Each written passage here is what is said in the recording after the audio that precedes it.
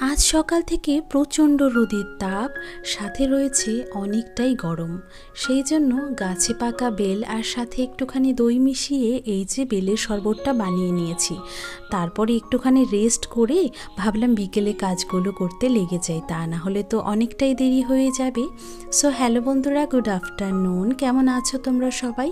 আশা করছি তোমরা সকলেই বেশ ভালো আর সুস্থ রয়েছো, আর ঈশ্বরের কৃপায় তোমাদের ভালোবাসায় আমিও কিন্তু বেশ ভালো আছি।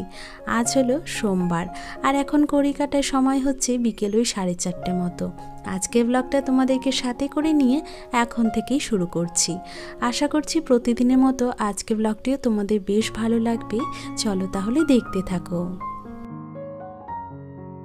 বাড়িতে যে নতুন ঘর তৈরি হয়েছে সেই ঘরে একটা চৌকি রেখেছি, সাথে চৌকির ওপরে একটা 17 ইঞ্চি পেতে দিয়েছি, যেন সন্ধেবেলায় এখানে বাবা মা এসে একটুখানি বসে রেস্ট নিতে পারে, সেই সাথে বাইরের কেউ এলেও কিন্তু ওখানে বসতে পারে। তো সেই জন্য এই যে বিকেলবেলা দেখলাম 17 ইঞ্চিটা একটুখানি নোংরা হয়ে গিয়েছে, তো ওটাকে ভালো করে ঝেড়ে নিয়েছি। সেই সাথে বাইরে যে সমস্ত গাছগুলো আমি রেখেছি, মানে টবের মধ্যে একটা টেবিলের ওপরে, তো সেই টবগুলোতে একটু জল দিয়ে দিয়েছি, সাথে টেবিলটাকেও একটু ভালো করে জল দিয়ে ধুয়ে দিলাম। ওদিকে গাছে জল দিয়ে বাইরে যে সমস্ত কাজ ছিল সবটাই কিন্তু সেরে নিয়েছি।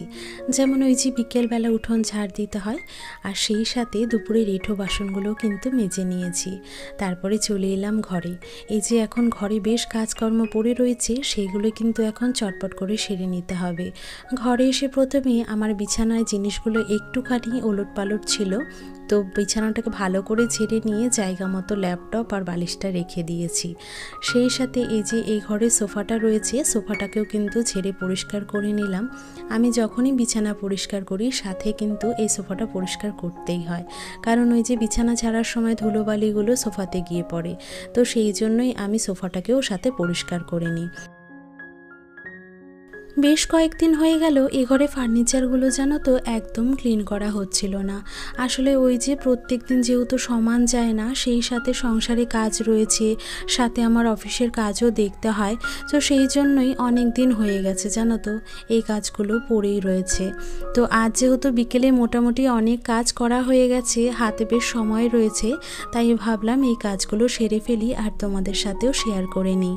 তো এই যে দেখতেই পাচ্ছ, প্রথমে কিন্তু ড্রেসিং টেবিলের কাজটা খুব ভালো করে কলিন দিয়ে ক্লিন করে নিয়েছি, ঢাকনাটা সরিয়ে।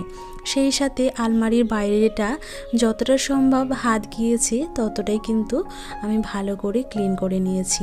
আর এই যে ড্রেসিং টেবিলের নিচের দিকে জায়গাটা দেখলে, এই জায়গাটাতেও বড্ড ধুলো পড়েছিল জানো তো। কদিন পর পরই যদি ক্লিন না করি না, একদম দেখা যায় না, এতটাই পরিমাণে ধুলো পড়ে যায়। তো সেই জন্য খুব ভালো করে কিন্তু আমি জিনিসগুলোকে সরিয়ে মুছে নিয়েছি। সেই সাথে এই যে ড্রেসিং টেবিলের পাশের জায়গাটা রয়েছে, যেখানে আমাদের ডেইলি ইউজের জিনিসগুলো থাকে আর কি, তো সেইগুলো সরিয়ে সরিয়ে ভালো করে আমি কিন্তু এগুলো ক্লিন করে তারপরে আবারও জায়গা মতো রেখে দিচ্ছি। তো এখানে আগে উইন্টারের জিনিসগুলো রাখা ছিল, পরে সেগুলো সরিয়ে কিন্তু সামারের জিনিসগুলো রেখে দিয়েছি। সত্যি কথা বলতে কি বন্ধুরা, ঘরদোর সাজানো গোছানোর কাজ বলো বা পরিষ্কার পরিচ্ছন্নতার কাজ বলো, এগুলো করতে কিন্তু আমি ভীষণ ভালোবাসি। ছোটোবেলা থেকে মাকেও দেখেছি এগুলো করতে, তো সেখান থেকে একটা শিক্ষা বলতে পারো যে আমার মধ্যেও তৈরি হয়েছে। তো যাই হোক, এই যে দেখো আমার ঘরটা কিন্তু খুব একটা বড় নয় বা বড় অট্টালিকাও নয়, তবে এই ছোট্ট কুঁড়ে ঘরটাকেই আমি কিন্তু আমার মনের মতন করে সাজিয়েছি। আর সবচেয়ে বেশি ভালো লাগে কখন বলো তো, যখন এই ঘরে কেউ আসে, এসে আমার প্রশংসা করে কাজের, তখন শুনতে না ভীষণ ভালো লাগে, সেই সাথে পরিশ্রমটাও যেন সার্থক হয়ে যায়। আমার মনে হয় বড় অট্টালিকা থাকলেই শুধুমাত্র সেই ঘরটা সাজানো গোছানো হবে তা কিন্তু একদমই নয়। এই ধারণাটা যদি কারোর মনে থেকে থাকে সেটা কিন্তু একদমই ভুল। আমরা যদি চাই তাহলে কিন্তু একটা ছোট্ট ভাঙাচোরা কুঁড়ে ঘরকেও মনের মতো করে সাজিয়ে তুলতে পারবো। শুধুমাত্র সেটা করার জন্য একটুখানি ভালোবাসা আর একটুখানি পরিশ্রম প্রয়োজন। দেখো না, আমি আমার এই ছোট্ট ঘরটাকেই কিন্তু আমার মনের মতো করে সাজিয়ে তুলতে পেরেছি। জানি না তোমাদের কেমন লাগে আমার এই ঘরটা, তবে আমার কিন্তু বেশ ভালো লাগে জানো। আর এই যে দেখো ওয়ালে যে ফ্রেমটা রাখা রয়েছে, এই ফটো ফ্রেমটা আমার একজন বন্ধু দিয়েছিল আমাকে বার্থডেতে। সেটা যদিও অনেক দিন আগে একটা ব্লগে তোমাদের সাথে শেয়ার করেছিলাম। তো এটাকেও খুব ভালো করে ক্লিন করে নিয়েছি, সেই সাথে এই ঘরের দরজাটাও পরিষ্কার করে নিলাম। এতক্ষণ পর্যন্ত যে সকল বন্ধুরা আজকের এই ভিডিওটি ধৈর্য সহকারে এবং মনোযোগ দিয়ে দেখেছো, আমি ধরে নিতেই পারি যে ভিডিওটি তোমাদের ভালো লেগেছে। আর যদি ভিডিওটি ভালো লেগে থাকে প্লিজ ভিডিওটিতে একটি লাইক আর একটি সুন্দর কমেন্ট করে জানিও। সেই সাথে যদি কোনো নতুন বন্ধু প্রথমবার আমার ভিডিওটি দেখে থাকো বা আমার চ্যানেলে প্রথমবার ভিজিট করে থাকো, তোমরা চাইলে আমার চ্যানেলটি সাবস্ক্রাইব করে কিন্তু আমার এই ছোট্ট পরিবারের সদস্য হয়ে পাশে থেকে যেতে পারো। তো বন্ধুরা, তোমাদের সাথে গল্প করতে করতে ঘরটা পুরোপুরি ক্লিন করে নিয়েছি, আর সেই সাথে কিন্তু ঘরটা সুন্দরভাবে গুছিয়েও নিয়েছি। তো এখন দেখো ঘরটা গোছানোর পরে কেমন লাগছে সেটাই পুরোটা তোমাদের সাথে একবার শেয়ার করে নিচ্ছি। আর আমার এই ছোট্ট ঘরটা যদি তোমাদের ভালো লেগে থাকে প্লিজ তোমরা কিন্তু সেটা কমেন্টে জানাতে ভুলো না। তো ওদিকে ঘরটা গুছিয়ে নেওয়ার পরে আমি জানলাটাকেও আটকে দিয়েছি।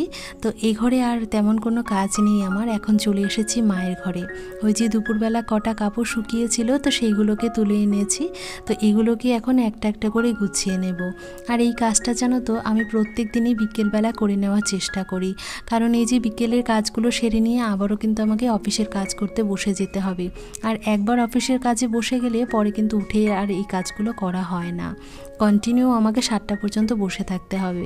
তো সেই জন্যই আর কি যতটা পারি ততটা কিন্তু কাজ আগেই করে নেওয়ার চেষ্টা করি। তো দেখো দেখতে দেখতে কিন্তু কটা কাপড় আমার গোছানো হয়ে গেছে। আর যদিও খুব একটা কাপড় কাচা হয়নি, তো সেই জন্য এগুলো গোছাতেও কিন্তু খুব একটা সময় লাগেনি। তো এই যে মায়ের শাড়ি সায়া ব্লাউজটা ছিল, সাথে আমার নাইটিটাই ছিল, তো গুছিয়ে নিলাম। আর এই যে বিছানাটাকে খুব ভালো করে ঝেড়েও নিচ্ছি, কারণ এই যে জামা কাপড় গোছানোর পরে জানো তো ধুলোবালি বিছানাতে দেখি পড়ে থাকে, তো সেই জন্য ভালো করে ঝেড়ে নিয়েছি। আর তারপরে বালিশটাকেও জায়গা মতো রেখে দিলাম। আর এই তো বন্ধুরা কাপড়গুলো গুছিয়ে নিয়ে এখন চলে এসেছি আলনার এই পাশটাতে। আলনাটাও কিন্তু বড্ড অগোছালো ছিল, তো চলো কাপড়গুলোকে এখন খুব সুন্দরভাবে টান টান করে নিয়ে প্রতিদিনের মতো গুছিয়ে নিই। আর সত্যি বলতে কি আলনা অগোছালো থাকলে একদমই ঘরটা দেখতে ভালো লাগে না জানো। তা সে আলনাই হোক বা অন্য কোনো জিনিসই হোক না কেন, ঘরের কোনো একটা পার্ট যদি অগোছালো থাকে পুরো ঘরটাই কিন্তু অগোছালো মনে হয়। আর এই যে দেখো দেখতে দেখতে কিন্তু আলনাটা গুছিয়েও নিয়েছি।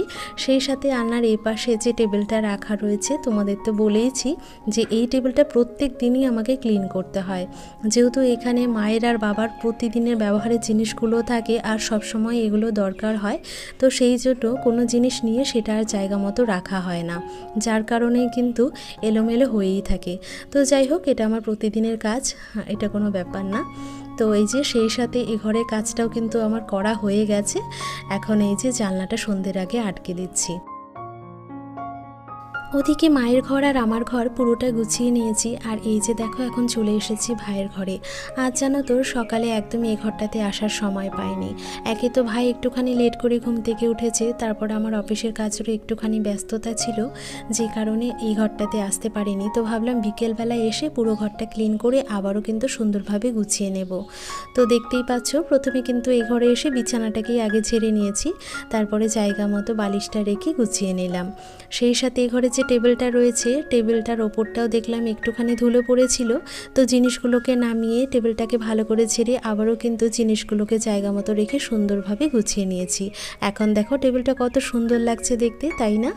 ঘর যদি এরকম সুন্দরভাবে গোছানো থাকে, সেই ঘরে এসে একটুখানি বিশ্রাম নিতেও যেন অনেকটা শান্তি বোধ হয়। তো যাই হোক, এই যে দেখো টেবিলটা ঠিক পাশে যে আলনাটা রাখা রয়েছে, আলনার উপরে দেখলাম ভাইয়ের একটা লোয়ার, সেই সাথে একটা কুর্তা আর একটা টি শার্ট খোলা অবস্থায় রাখা আছে। তো এটাকে চলো এখন জায়গা মতো গুছিয়ে রেখে দিই।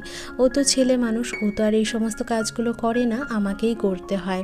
দিনের শেষে হোক বা সকালের দিকে, আমি যেদিন যেমন সময় পাই সেদিনই কিন্তু এই ঘরে এসে গুছিয়ে নেওয়ার চেষ্টা করি। তো দেখো পুরো আলনাটাই কিন্তু সুন্দরভাবে গুছিয়ে নিয়েছি। আর এই যে জামা কাপড়গুলো গোছানো ছিল সেইগুলোকে আবারও এই চেয়ারটার উপরে রেখে দিলাম। সেই সাথে এই কর্নারের যে গাছটা ছিল, গাছটাতে একটুখানি জল দিয়ে দিয়েছি, কারণ মাটিটা দেখলাম শুকিয়ে গিয়েছিল। তো দেখতেই পাচ্ছ বন্ধুরা, কিছুটা সময়ের মধ্যেই কিন্তু ঘরটা পুরোপুরি আমি ক্লিন করে নিয়েছি। এখন ঠিক কেমন লাগছে ঘরটা গোছানোর পরে সেটাই তোমাদের সাথে পুরোটা একবার শেয়ার করে নিচ্ছি। আশা করছি তোমাদেরও ভালো লাগবে। তো বন্ধুরা, আজকের মতো এখানেই বিদায় নিচ্ছি। কাল দেখা হচ্ছে আবারও একটা নতুন ভিডিওতে।